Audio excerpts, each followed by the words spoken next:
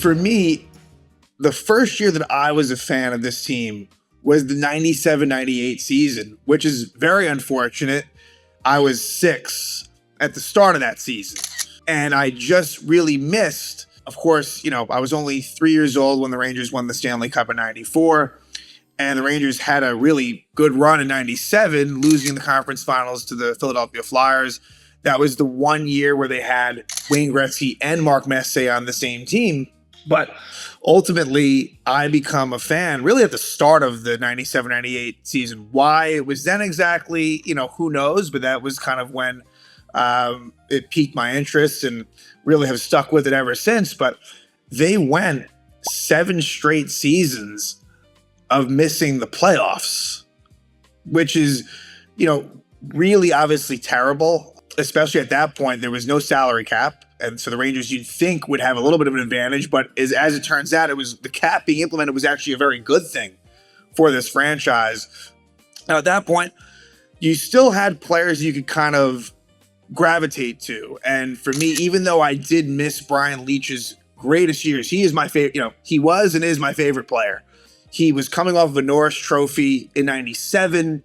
He became the captain, because Mark Messier goes to the Vancouver Canucks. Leetch becomes the captain. It wasn't really a role fit for him. He fit more as an alternate captain, but it made sense to go, to Leetch as the captain at that time. The Rangers tried to, of course, be competitive. And there's a theme here where they try to make big acquisitions, and for different reasons, these players more towards the tail end of their career. It doesn't really work out. But 0-3-4s were really things. They trade away a lot of these big name players. Not all of them, but most of them, including Brian Leetch. But one deal that is made here that is very important in this really what ends up being a horrific 0-3-4 season, the one right before the lockout, Anson Carter is traded for Jaromir Jagr. Now, there's obviously financial implications in this that make it, because on the surface, that's a crazy deal, but that's really what it was. And Jagr is able to be the one that turns this thing around. But it took a while for it to happen. So let's discuss kind of the team and then go into the chronological sort of schedule and kind of key moments and times and games. Again, the few that I went to and then just other ones as well. But as far as the team was concerned, Jagr is the guy. He breaks Adam Graves' single season goal record. It had been 52 for Graves that he got in 94. Jagr gets 54. 54 goals, 69 assists, 123 points, plus 34. Played all 82 games. But Jagr was part of a line that was, for me, the best in the league. And it was centered by Michael Nylander. It was Nylander with Marty Straka and Jagr. Yeah, Nylander puts up 23 goals, 56 assists, 79 points, plus 31. And Marty Straka, 22 goals, 54 assists, 76 points. Now, was that the line 100% of the time? No, but for as much as you can, that line, there was a lot of continuity throughout the season there. And health. Straka played all 82 games. Nylander only missed 1 game. And Jagr had experience mostly with Straka, obviously them both being Czech, but having played a lot of years in Pittsburgh together. But Jagr had a little bit of experience as well with Michael Nylander in Washington. Michael Nylander was just unbelievable as a center on that line. Straka was versatile. Straka could play center, but in this case was more on the wing. Now I'm kind of going through it, and I guess the way we're doing it, we can just kind of keep it to forwards. Marty Rucinski. Now, he had his 3rd stint with the Rangers at this point. He was acquired from the Stars in 2002. Then he signs elsewhere the next season. And then the Rangers bring him back in 0-3-0-4. But then he's traded at the deadline there, I believe, to Vancouver. Yeah, it was Vancouver. But then, out of the lockout, comes back to the Rangers. So it's one of the more, in terms of the amount of games played, it's one of the more random. You wouldn't think Marty Rucinski spent 3 different stints with the Rangers. And he did really well, 55 points in 52 games. Peter Pruka, who was a rookie that year, he was really a fan favorite. Peruka was really a bit of a power play specialist. He had scored 30 goals. Now, again, 05-06 was a year where there were a lot of goals, but 30 goals in 68 games for a player who, again, like Rangers were not successful drafting, but this was someone that was back then when they were more than 7 rounds like we know now, 8th round pick in 2002. Now, you heard about Peruka a little bit at the start of the season, but that was impressive. At 14 goals in the power play, was pretty good in the shootout too, which was a big thing. The shootout was really, it felt big at that time, because it was the first year of it. But again, a bit of a fan favorite. Peter Sikora, they acquire him from the Ducks. He was really good. Now, he struggled a lot in that Devils series against his former team. But yeah, Rangers made a lot of acquisitions with the Ducks, which we'll kind of get into here. And Sikora was one of them mid-season. They pick him up in January. He wasn't doing that well for the Ducks, but with the Rangers, 16 goals, 15 assists, 31 points in 40 games. Again, had some big shootout goals as well. That was a pretty good pickup for the regular season. And someone that, especially with Rashinsky eventually getting hurt, it was nice to have Sikora. On defense, there's not a lot of star quality. However, they get great production in more than they could have ever wished for. The number one pair, checkmates as well, Marek Malik and Michael Rozsival. Rozsival really anchored, to me, like, when you look at it, he was the guy. He was really the number one defenseman. So, he had been with Pittsburgh, good defenseman, nothing crazy. This was a kind of like under the radar signing the Rangers made before the season, in 2005. And Michael Rozsival plays all 82 games, 5 goals, 25 assists, 30 points. The numbers aren't crazy, plus 35, which was one of the best in all the National Hockey League.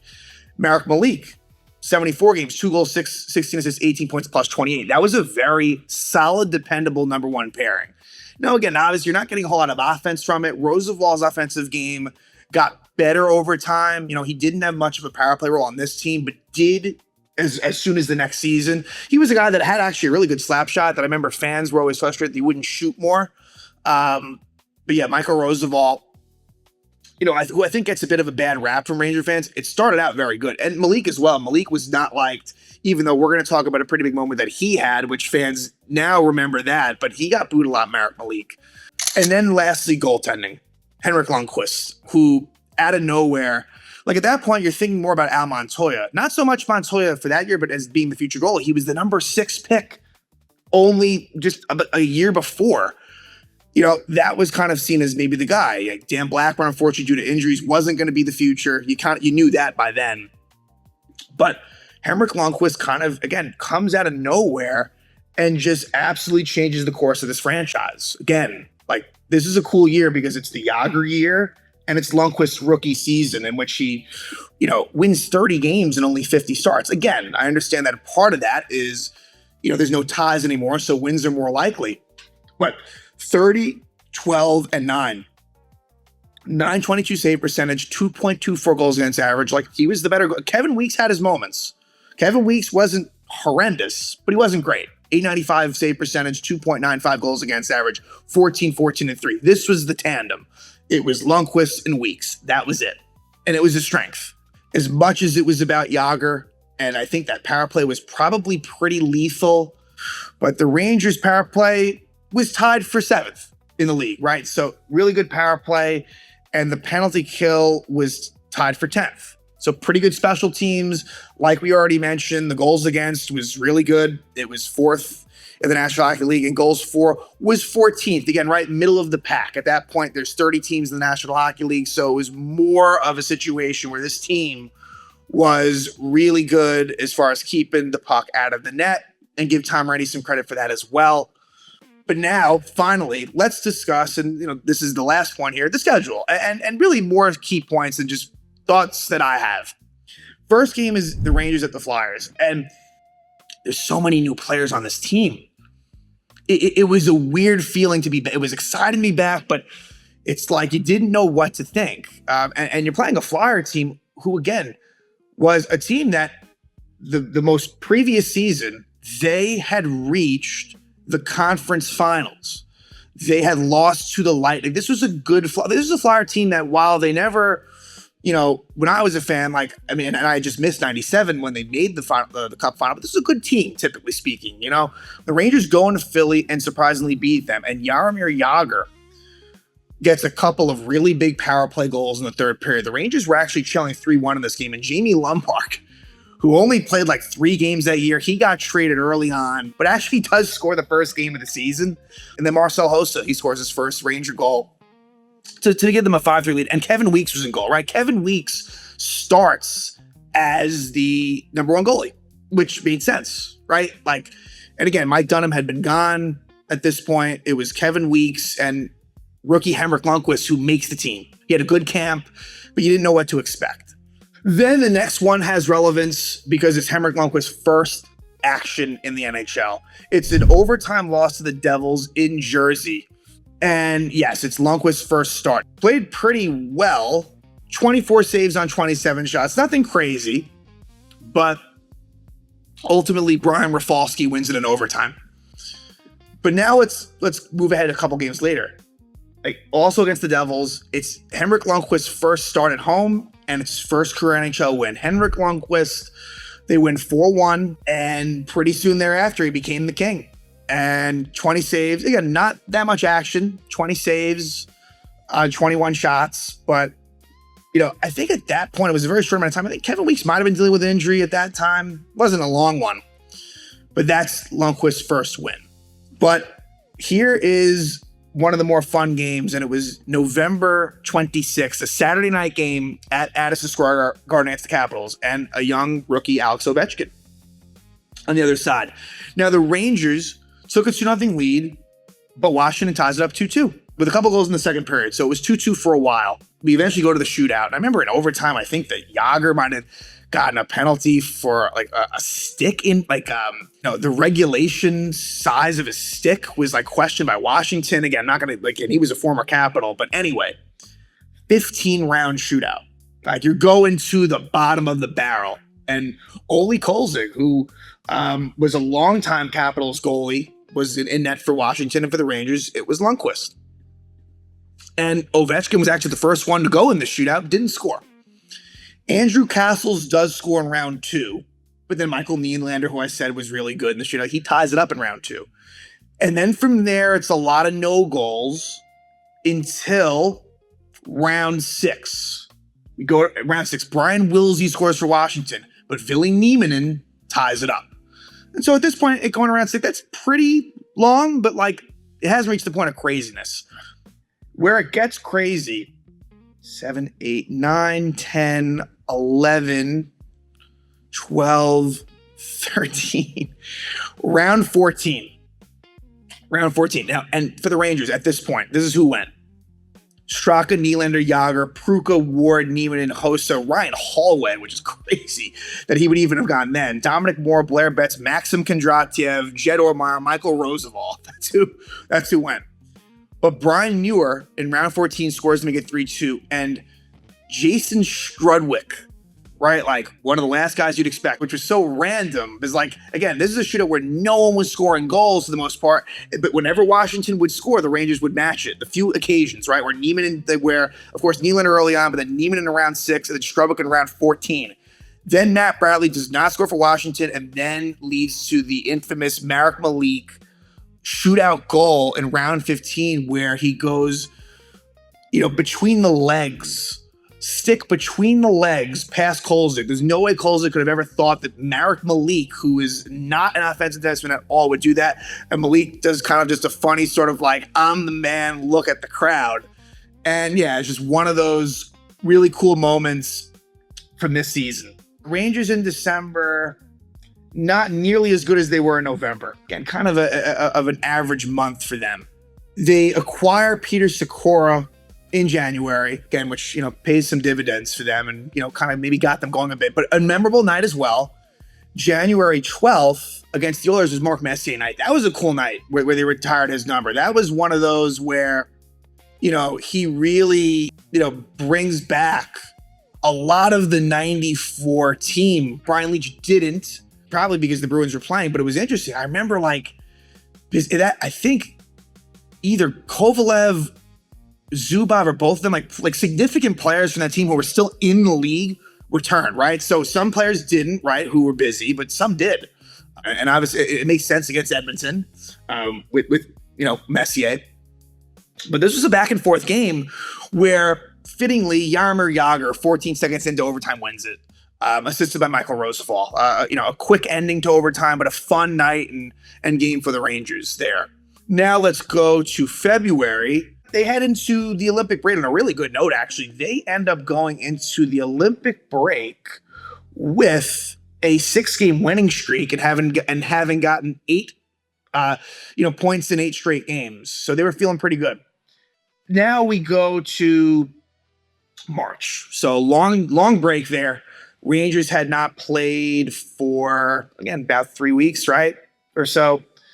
And, didn't come out of the break as good as they left it. And, March was okay. I mean, the good thing is when you look at a lot of these months is that they had a couple of, November was really good, right? I mean, I think January going to February was excellent, but it never got really bad until the end. But here is where I want to talk about Brian Leetch's return. And this is it's upsetting that I didn't go to this game. I wish I had.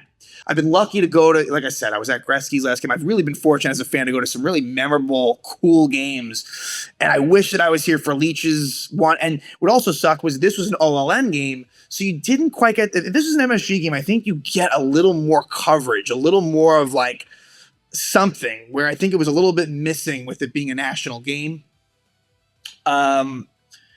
But the Rangers did win this game 5-2. I think it was tough. I mean, for Leetch, it was the only game he ever played at Madison Square Garden as an opponent. And yeah, so Rangers would beat the Bruins in all 4 games they played that year. And there's still one that we have to discuss that's coming up, which Leetch was in for in Boston. But yeah, this was Leetch's return on March 20th. Then let's go over, I guess, to April. And around this time is where Martin Rucinski gets hurt again. That's a pretty big injury that happens that affects them. But they don't end March in a great way. They do start April out all right, though. It wasn't pretty, but they get 3 wins at the start of April. And the one that's really memorable is the overtime win against Boston, where in this game, Jaromir Jagr breaks Adam Graves' record. He gets his 53rd goal of the season. It's an assist from Michael Nylander.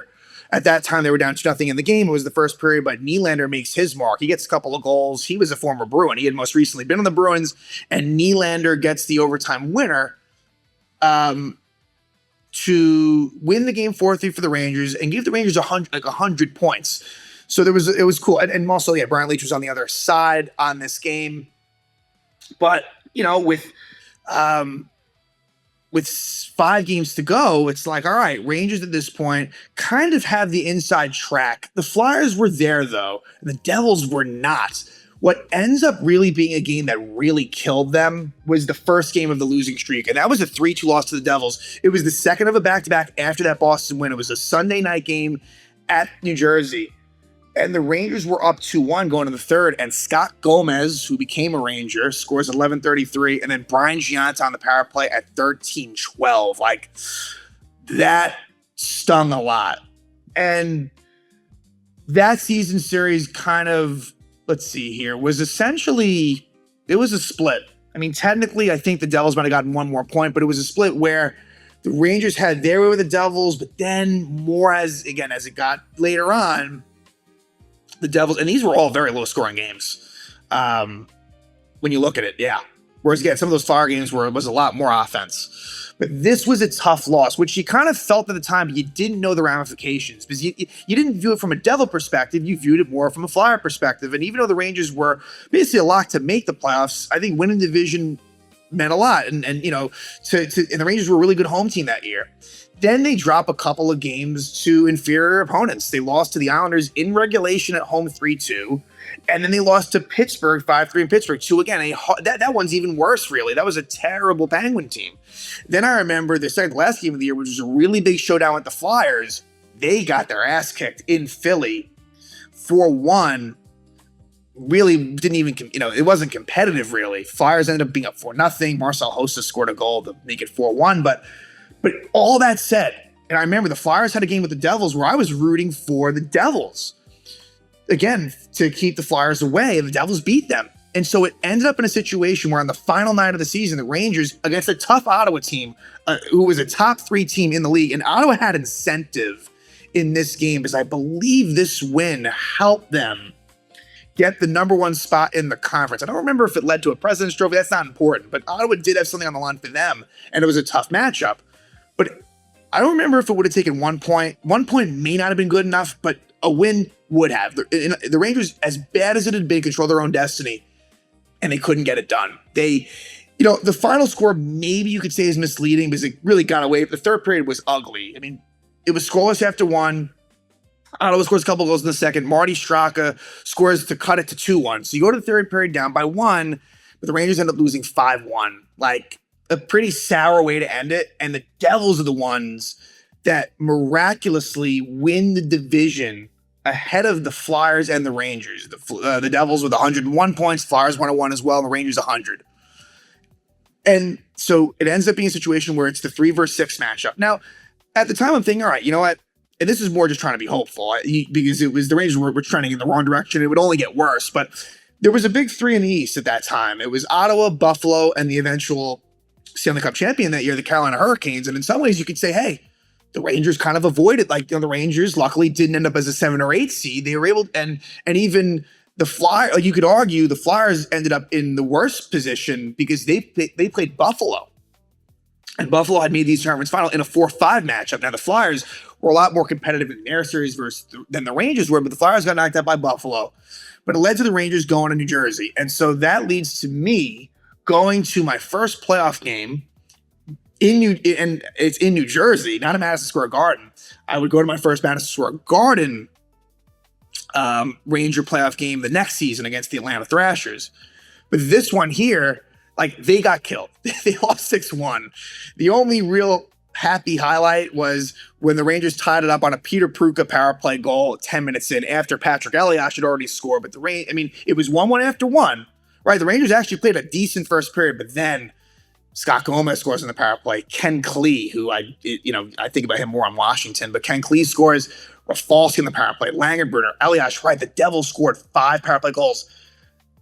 That was a season and a period of time where they were calling again, rules were changing and everything was being called, right? So there were a lot of power. I mean, it says here, and I know this seems crazy, that they had 5 goals on 13 chances, which is just nuts. And maybe that's a little misleading, but 5 power play goals is 5 power play goals. But what hurts is that Jagr at the end of this game tries to hit Scott Gomez and hurts, I believe, his shoulder.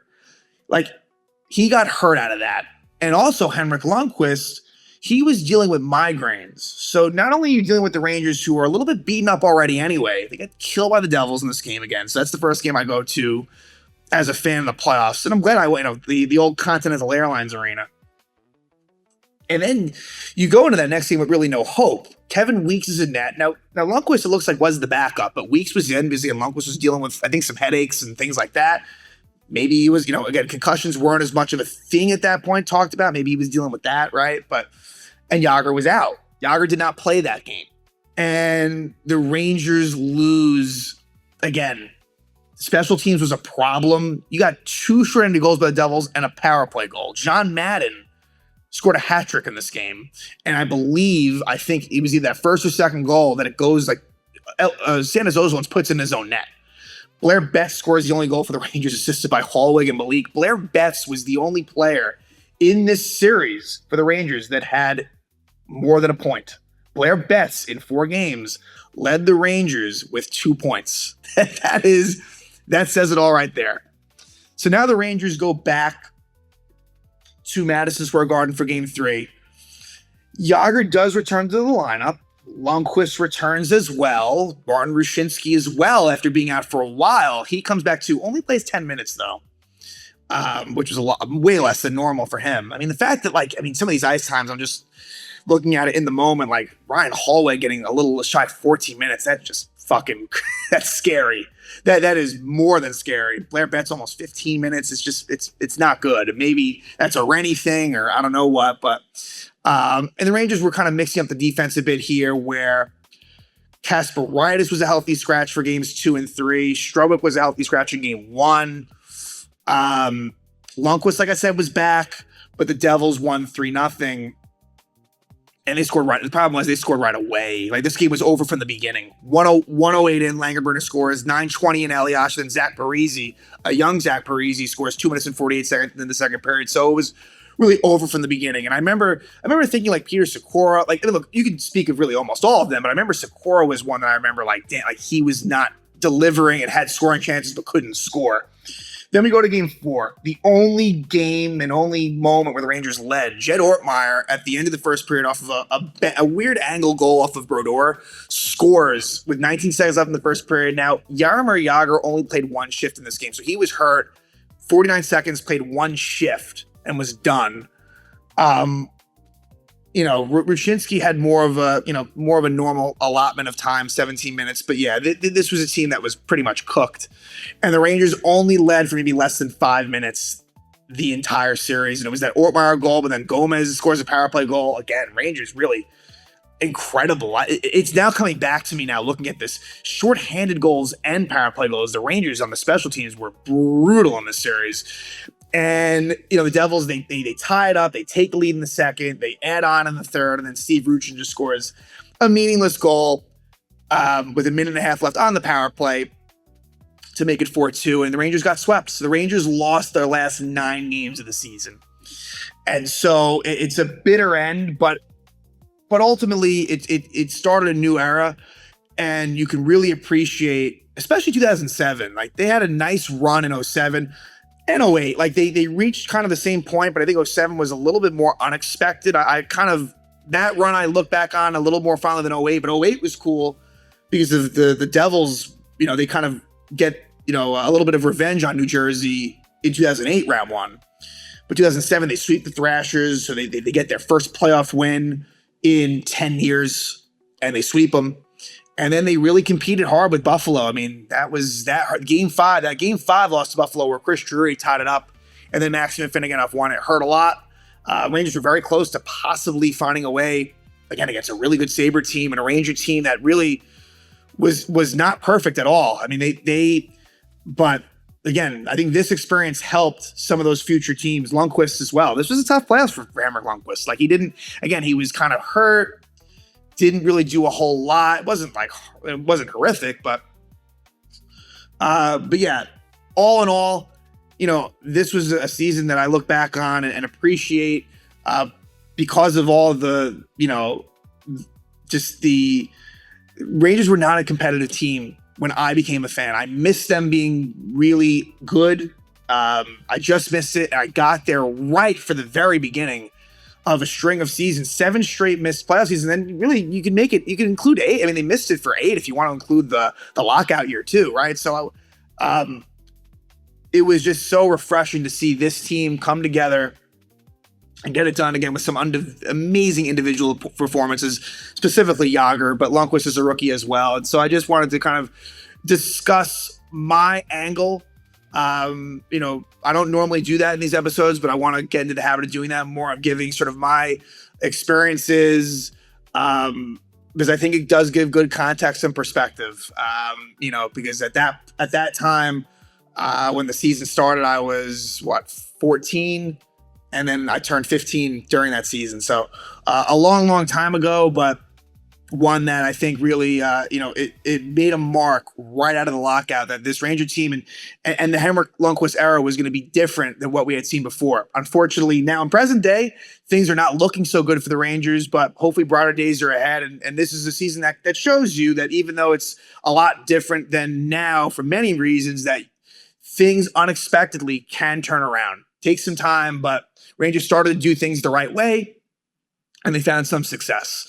The ultimate goal still has not been achieved since 1994, but they did come close a few times, with Henrik Lundqvist, and then even beyond that in more recent years, with Igor Shesterkin as the netminder. But yep, that is pretty much your, 2005, 2006 New York Rangers season.